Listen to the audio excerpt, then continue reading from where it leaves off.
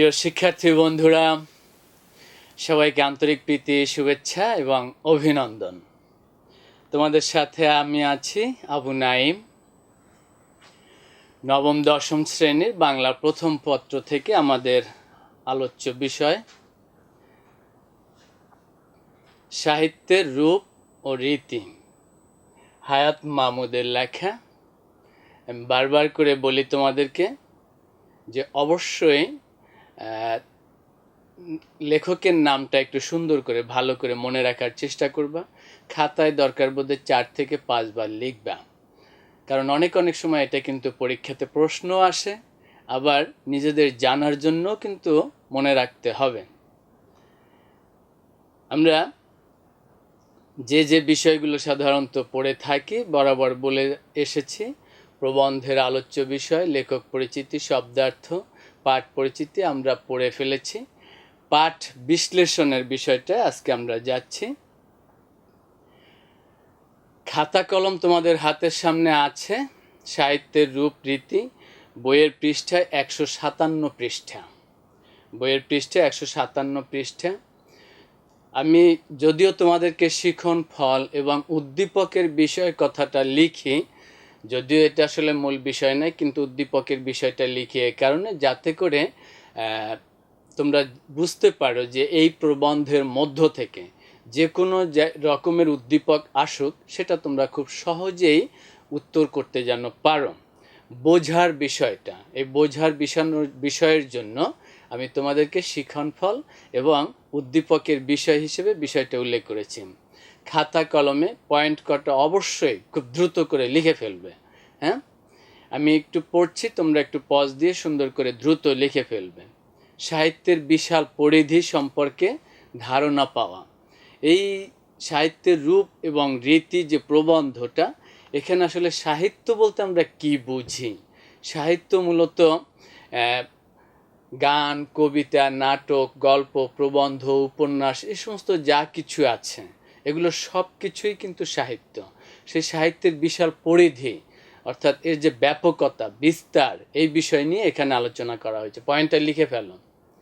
সাহিত্যের বিভিন্ন শাখা সম্পর্কে ধারণা। এই যে শাখাগুলোর কথা বললাম, যেটা যে গল্প, কবিতা, উপন্যাস, নাটক, এ সমস্ত।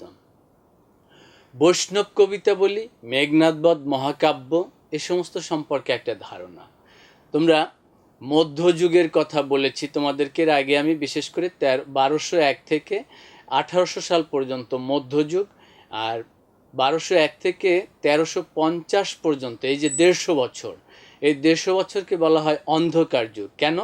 কারণটা হলো এই সময় মূলত সাহিত্যের কোনো নমুনা অর্থাৎ কোনো লেখালেখি, কোনো বই এই সময় ছাপা হয়নি, প্রকাশ হয়নি, লেখা হয়নি, যে কারণে এটাকে সাহিত্যের অন্ধকার যুগ বলা হয়। তবে এই সাহিত্যের অন্ধকার যুগটাও মধ্যযুগের মধ্যেই পড়েছে, যে কারণে আমরা মূলত মধ্যযুগ হিসেবে বলি। প্রাচীন যুগ, মধ্যযুগ, আধুনিক যুগ। তো এই মধ্যযুগের অন্যতম একটা বিষয় হলো বৈষ্ণব কবিতা বলি, এবং তারপরে আধুনিক যুগের শুরুতে প্রথমে হলো মহাকাব্য, আর আমরা সেই মহাকাব্য সম্পর্কেও এই প্রবন্ধটা পড়ে কিছু জানতে পারব। কমেডি এবং অ্যারিস্টটলের মন্তব্য। আসলে কমেডি বলতে কি বোঝায়? নাটকের কয়েকটা বিষয় আছে, ট্র্যাজেডি, কমেডি, প্রহসন, সামনের দিকে তোমরা পাবে এগুলো। তো এই কমেডি সম্পর্কে অ্যারিস্টটল বিখ্যাত একজন দার্শনিক, রাজনীতি বিশ্লেষক, এরকম আর কি। তো তিনি সাহিত্যের উপরে বিশেষ করে কমেডি কাকে বলে এই বিষয়ে তিনি মতামত দিয়েছেন। পয়েন্টগুলো একটু লিখে ফেলবে দ্রুত। ছোট গল্প কাকে বলে, ছোট গল্পের বৈশিষ্ট্য এবং ছোট গল্পে বিশেষ করে রবীন্দ্রনাথ ঠাকুরের যে অবদান, এই অবদান সম্পর্কে বা এই ছোট গল্প সম্পর্কে একটা ধারণা তোমরা এখানে পাবে। উপন্যাসের সংজ্ঞা, বৈশিষ্ট্য, প্রকারভেদ, প্রধান উপজীব্য, শ্রেষ্ঠ উপন্যাস এবং উপন্যাসিকের নাম জানা, এ সমস্ত বিষয়গুলো কিন্তু তোমরা বিশেষ করে শব্দার্থের মধ্যে অনেকগুলোই পড়েছো। শব্দার্থগুলো কিন্তু খুব ইম্পর্টেন্ট এই প্রবন্ধের জন্য, স্পেশালি একটু ভালো করে পড়ে নিবা। প্রবন্ধের সংজ্ঞা, প্রকারভেদ, বৈশিষ্ট্য, এই সমস্ত সম্পর্কেও মোটামুটি জানবে। পয়েন্টগুলো একটু লিখে ফেলো। পয়েন্টগুলো আমি তো বলে গেলাম, লিখতে তোমাদের হয়তো আরও 2-3 মিনিট সময় লাগবে, তোমরা একটু দ্রুত লিখে ফেলবে। এবার আমরা পাঠ আলোচনায় যাচ্ছি, পাঠ বিশ্লেষণ। বইয়ের মধ্যে প্রথমেই লেখক পরিচিতির নিচের অংশ থেকে প্রথমে ধরো যে সাহিত্য বিশাল পরিধির একটা বিষয়। এটা কিন্তু একটা অনুধাবনমূলক প্রশ্নের মধ্যেও আসে যে আসলে সাহিত্যটা কি, সাহিত্যের মধ্যে কি কি আছে, সাহিত্য কোন কোন বিষয় নিয়ে আলোচনা হয়, এই সমস্ত বিষয় মোটামুটি একটা আলোচনা। এই জন্য আমি একটু লাল মার্ক করে রেখেছি, তোমরা দেখতে পেয়েছো। এটা একটু দরকার বোধে অনুধাবনমূলক প্রশ্নের মতো করে একটা লিখেও রাখতে পারো, বইয়ের পাশে ছোট্ট করে লিখে রাখো অনুধাবন। আমরা সামগ্রিকভাবে সাহিত্য বলি বটে, কিন্তু বিচারের সময় গদ্য, পদ্য কিংবা গল্প, উপন্যাস, কবিতা, নাটক ইত্যাদি স্বতন্ত্রভাবে ব্যাখ্যা বিশ্লেষণ করে হৃদয়ঙ্গম করি। হৃদয়ঙ্গম মানে বোঝা। হ্যাঁ, সার্বিকভাবে সাহিত্যের রূপ বলতে আমরা সাহিত্যের বিভিন্ন শাখা বুঝে থাকি। তাইলে বিশাল পরিধি কি আর শাখা কি, শাখাগুলো কিন্তু এখানে একটু আলাদা করে দিয়েছে। যেমন কবিতা, মহাকাব্য, নাটক, কাব্যনাট্য, ছোট গল্প, উপন্যাস, রম্য রচনা ইত্যাদি, এ সমস্ত হলো সাহিত্যের রূপ। আর রীতিটা কি? রীতি হলো ওই শাখাগুলো কিভাবে নির্মিত হয়েছে সে বিষয়ে পর্যবেক্ষণ এবং আলোচনা। তাইলে সাহিত্যের রূপ কি, রীতি কি, আমরা মোটামুটি বিষয়টাকে একটু বুঝতে পারলাম। একটু গল্পটা, প্রবন্ধটা একটু সুন্দর করে ভালো করে পড়বা, দেখবা, আশা করা যায় তোমরা বেশ বুঝতে পারবে। হ্যাঁ, কবিতা সাহিত্যের যে রূপ, রীতি বা শাখা যেগুলো এইখানে মোটামুটি আলোচনা করেছে, কবিতা, নাটক, ছোট গল্প, প্রবন্ধ, হ্যাঁ, এরকম অনেকগুলো বিষয় নিয়ে এখানে আলাপ আলোচনা করা হয়েছে। তো আমরা এ পর্যায়ে কবিতা নিয়ে আলোচনা করছি। তো একটু ধরো কবিতাগুলো।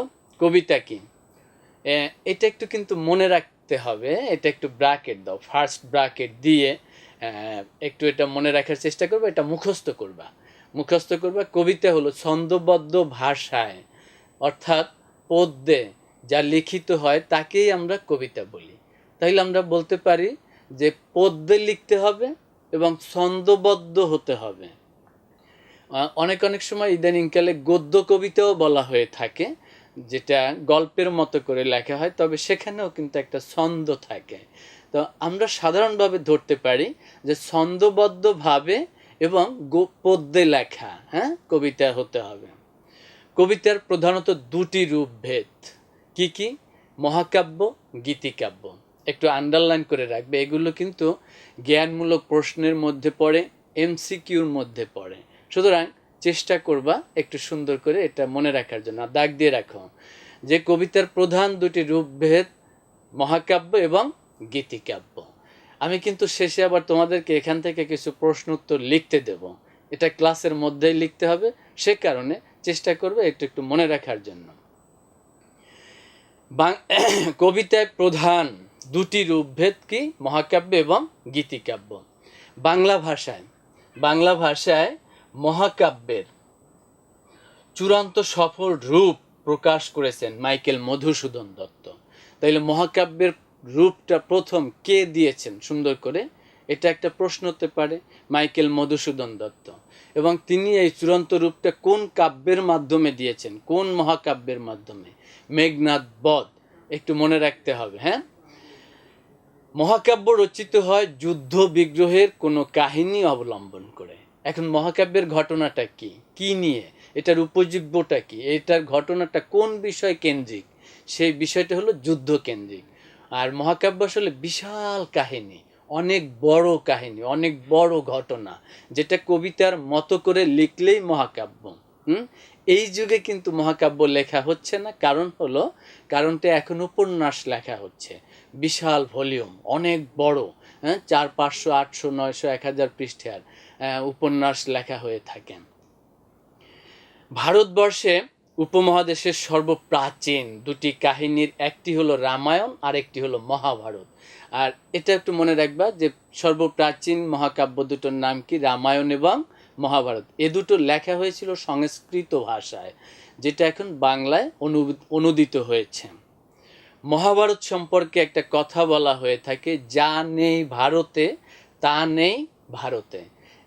এখন এটা হলো যা নেই ভারতে বলতে এখানে বোঝানো হয়েছে যেটা নেই ভারতবর্ষে। আর ভারতবর্ষ হলো বাংলাদেশ, ভারত, পাকিস্তান একসময় একসাথে ছিল, এটাকে বলা হচ্ছে ভারতবর্ষ। এবং এই যা নেই ভারতে বলতে এই ভারতবর্ষের কথা বলা হয়েছে, আর তা নেই ভারতে বলতে তা নেই মহাভারতে। প্রথম ভারতে হলো ভারতবর্ষ, আর দ্বিতীয় ভারতে হলো মহাভারত যে গ্রন্থ সেটা। অর্থাৎ মহাভারতে ভারতবর্ষের বিভিন্ন বিষয় সেখানে তুলে ধরা হয়েছে। তাইলে মহাভারত গ্রন্থে যা নেই তা ভারতবর্ষেও নেই, এটাও কিন্তু একটা অনুধাবনমূলক প্রশ্ন অনেক সময় হয়ে থাকে। যা নেই ভারতে তা নেই ভারতে বলতে কি বোঝানো হয়েছে? তাইলে ভারতবর্ষে ঘটেনি বা ঘটতে পারে না এরকম বিষয় আসলে নেই যা মহাভারতে নেই। অর্থাৎ মহাভারতে সব কিছু আছে। তাইলে মহাভারতের আয়তনে বিশাল, অনেক বড়। রামায়ণটা কি? রামায়ণটা আবার মহাভারতের তুলনায় একটু ছোট। আর এটার কাহিনীটা এখানে দেখো, কাহিনীটা একটু লেখা আছে যে পত্নী সীতাকে নিয়ে যুবরাজ রামচন্দ্রের বসবাস, তাদের অনুগামী হয় কনিষ্ঠ ভ্রাতা লক্ষণ। অনুগামী হওয়া মানে তাদের সাথে থাকে আর কি। রামচন্দ্রের ছোট ভাই হলো লক্ষণ, সে একসাথে থাকে। বনবাসে থাকার সময় লঙ্কাদ্বীপের রাজা রাবণ তার বোন শূর্পণখার সম্মান রক্ষার জন্য সীতাকে হরণ করে রথে চড়িয়ে আকাশ পথে উড়িয়ে নিয়ে লঙ্কায় তার বাগান বাড়িতে বন্দি রাখে। আর এই সীতাকে যে আবার উদ্ধার করা, সীতাকে যে উদ্ধার করবে, এই সমস্ত আসলে উদ্ধারের কাহিনী, আর তাকে বন্দি করে রাখা, এই বিষয়গুলো নিয়ে আবার রামায়ণের কাহিনী। তো এরপরে দেখো, মহাকাব্য হলো অতিশয় দীর্ঘ কাহিনী কবিতা। একটা বিশাল ঘটনা থাকবে, যেই ঘটনাটাকে বা কাহিনীটাকে কবিতার আকারে অনেক বড় ভলিউমে সেখানে প্রকাশ করা হবে, এটা হলো মহাকাব্য। আর মহাকাব্যের মূল লক্ষ্যটা কি? মহাকাব্যের মূল লক্ষ্য হলো গল্প বলা। প্রশ্ন এরকম হতে পারে যে মহাকাব্যের মূল লক্ষ্য কি? তাহলে আমরা বলতে পারি যে মহাকাব্যের মূল লক্ষ্য হলো গল্প বলা। তবে তাকে গদ্যে না লিখে পদ্যে লিখতে হয়। এর বাইরে আছে সংক্ষিপ্ত আকারের কবিতা, যা গীতি কবিতা হিসেবে পরিচিত। গীতি কবিতা হলো আসলে যেটা একটু গান আকারে গাওয়া যায়, এটা হলো গীতি কবিতা। ঔপন্যাসিক বঙ্কিমচন্দ্র কিছু গান এবং কবিতা রচনা করলেও তা তার প্রধান সৃষ্টিকর্ম নয়। বঙ্কিমচন্দ্রের মূল পরিচয় হলো ঔপন্যাসিক। তিনি অনেক প্রবন্ধও লিখেছেন, তবে কিছু গান কবিতা লিখলেও গান কবিতাগুলো কিন্তু অত বেশি তাকে হাইলাইট করেননি। এখানে তার বিশাল পরিচয়টা হলো ঔপন্যাসিক, এবং কিছুটা প্রবন্ধও তিনি লিখেছেন। এরপরে দেখো, বক্তার ভাবোচ্ছ্বাসের পরিস্ফুটন মাত্র যাহার উদ্দেশ্য, সেই কাব্যই গীতিকাব্য। তাহলে বক্তার যেই মূল চিন্তা ভাবনা, তার যে মনের যে ধ্যান ধারণা, এটার যে বই প্রকাশ, সেইটাই হলো এই গীতিকাব্যের মূল বিষয়।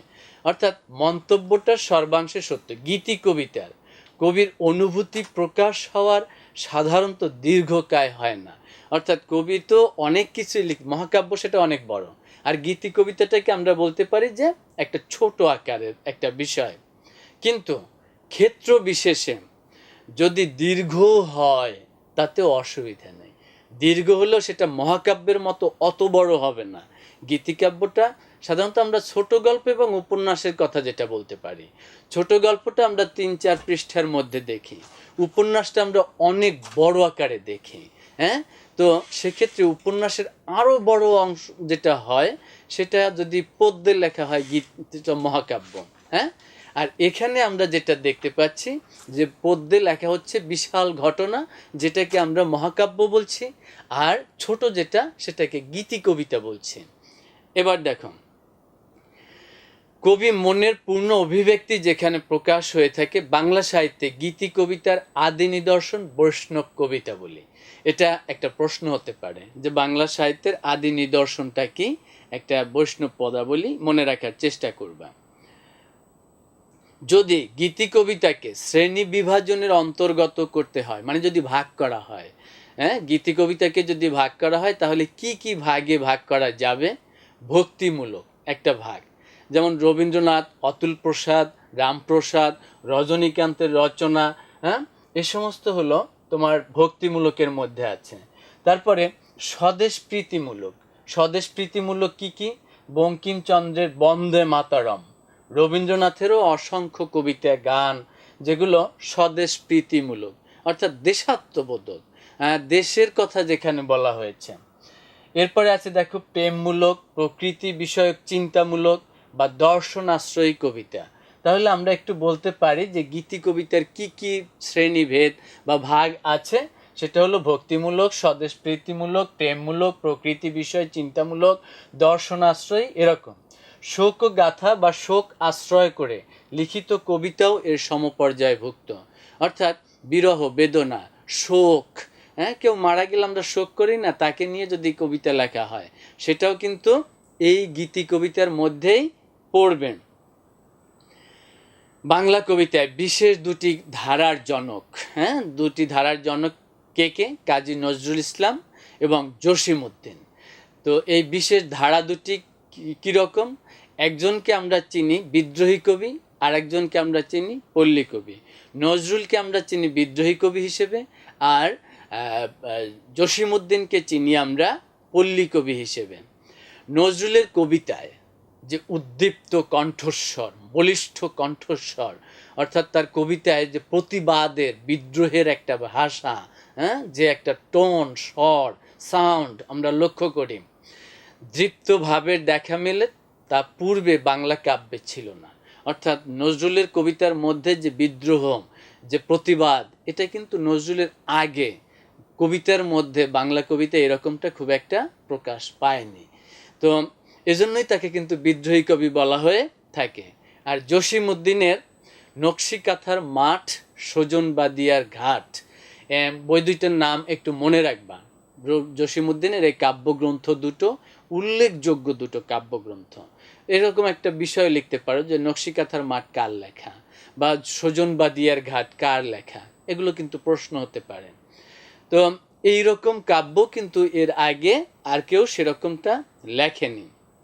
কবিতা, কবিতা আসলে কি? কবিতা, গীতি কবিতা এবং মহাকাব্য কিছু বৈশিষ্ট্য আছে, এটা একটু মনে রাখার চেষ্টা করবা এবং প্রয়োজনে তোমাদের খাতায় একটু মার্ক করে লিখেও রাখবা। এটা গীতি কবিতা কি? মনের পূর্ণ অভিব্যক্তি প্রকাশিত হয়, বক্তার ভাবোচ্ছ্বাসের পরিস্ফুটন ঘটায়, আদি নিদর্শন বৈষ্ণব কবিতা বলি। এখন এগুলো কোনটার মধ্যে আছে? রবীন্দ্রনাথের কবিতার মধ্যে আছে। মহাকাব্য, যুদ্ধ বিগ্রহের কাহিনী, অতিশয় দীর্ঘ কাহিনী কবিতা, এবং মূল লক্ষ্যটা হলো গল্প বলা। তাহলে কবিতা, গীতি কবিতা এবং মহাকাব্য একটু বৈশিষ্ট্যগুলো আমরা এখানে উল্লেখ করেছি। এটা কিন্তু অনুধাবনমূলক প্রশ্নের মধ্যেও এগুলো থাকতে পারে। গীতি কবিতা মহাকাব্যের বৈশিষ্ট্য আলোচনা করো।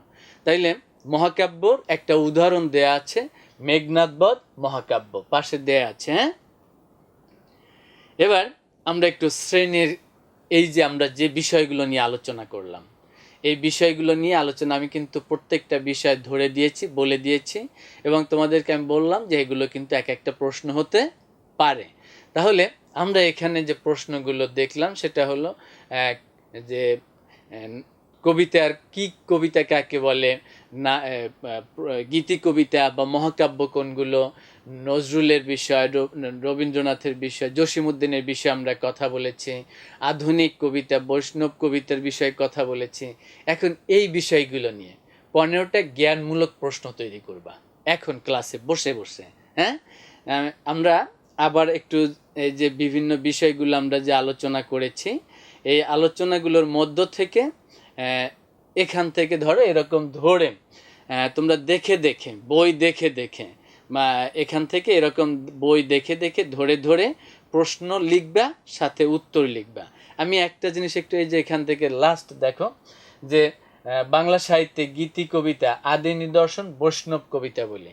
যেমন একটা প্রশ্ন যে বাংলা সাহিত্যে গীতি কবিতার আদি নিদর্শন কি, একটা প্রশ্ন। ঠিক এরকম করে 15টা প্রশ্ন দ্রুত লিখে ফেলো। 15টা প্রশ্ন লিখতে সর্বোচ্চ 10 মিনিট সময় নিবা, 10 থেকে 12 মিনিট, সর্বোচ্চ 15 মিনিট বা একটু কম বেশি লাগতে পারে। হ্যাঁ, আচ্ছা, এটা এখন এই মুহূর্তে ক্লাসে বসে কাজটা শেষ করবে। বাড়ির কাজ হলো তোমাদের জন্য, আমি একটু আগে কিন্তু তোমাদেরকে প্রথম দিকে বলেছিলাম, যা নেই ভারতে তা নেই ভারতে বলতে কি বোঝায়, একটা অনুধাবনমূলক প্রশ্ন। আর একটা প্রশ্ন হলো সাহিত্যের বিশাল পরিধির একটা বিষয়, কথাটি ব্যাখ্যা করো। এ দুটো অনুধাবনমূলক প্রশ্ন, অনুধাবনমূলক প্রশ্ন দুটো একটু সুন্দর করে মনে রাখার চেষ্টা করবে। এবার প্রতি ক্লাসের পরেই কিন্তু আমরা একটা নীতিবিধানের কথা বলে থাকি। আজকে আমাদের সেই নীতিবিধানের বিষয়টি হলো মর্যাদা, ইংরেজিতে যাকে বলা হয় ডিগনিটি। হ্যাঁ, মর্যাদা কি? মর্যাদা একজন ব্যক্তিকে সম্মান ও শ্রদ্ধা অর্জন করার জন্য যোগ্য করে তোলে। হ্যাঁ, মানুষ দারিদ্র্যের মধ্যে বেঁচে থাকতে পারে, কিন্তু মর্যাদা এবং আশা ছাড়া নয়। আমরা মোটামুটি আজকের পাঠ এখানে শেষ করছি। আশা করি সবাই সুন্দর করে বুঝতে পারছো। সবাই ভালো থাকবে, সুস্থ থাকবে, সুন্দর থাকবে। আল্লাহ হাফেজ।